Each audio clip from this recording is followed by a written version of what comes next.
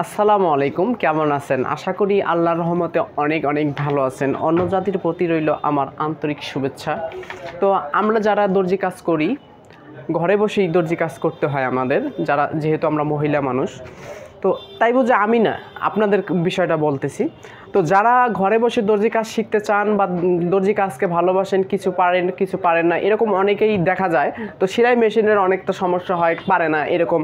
যারা আমাদের এই বিষয়টা অনেকটা ফেস করতে হয় যে আমরা কি করব, একটা সমস্যা হলে ধরেন আমার বডি ধরেন 37 বডি, কতটুকু কাপড় লাগবে আমি একটা গজ কাপড় একটা থ্রি পিস তৈরি করব। তো এই সম্বন্ধে সব কিছু টোটালে আমি আপনাদেরকে এর মাঝে অনেক ভিডিও দিয়েছি। তো আমি নিয়ত করছি আগামী 1 তারিখ থেকে আপনাদের মাঝে এমন কিছু টিপস দিব যা দেখলে আপনি সত্যি আপনারা সত্যি অবাক হয়ে যাবেন যে এইরকম ভিডিও আপনাদের দরকার। তো এই দরকারের ভিডিওগুলো পেতে আপনি চ্যানেলটা সাবস্ক্রাইব করবেন।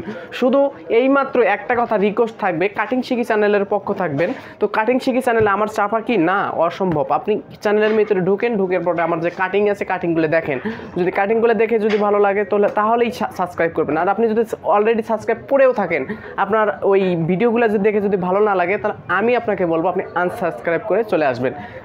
এতটুকু দরকার। কারণ কি, আমার চ্যানেলের ভিডিও ভালো না, আপনি থেকে লাভ কি? এটা একটা বাড়তি ঝামেলা। তা আমি চাবো যে সহি শুদ্ধ 10টা সাবস্ক্রাইবওয়ালা লোক থাকলে আমার যথেষ্ট।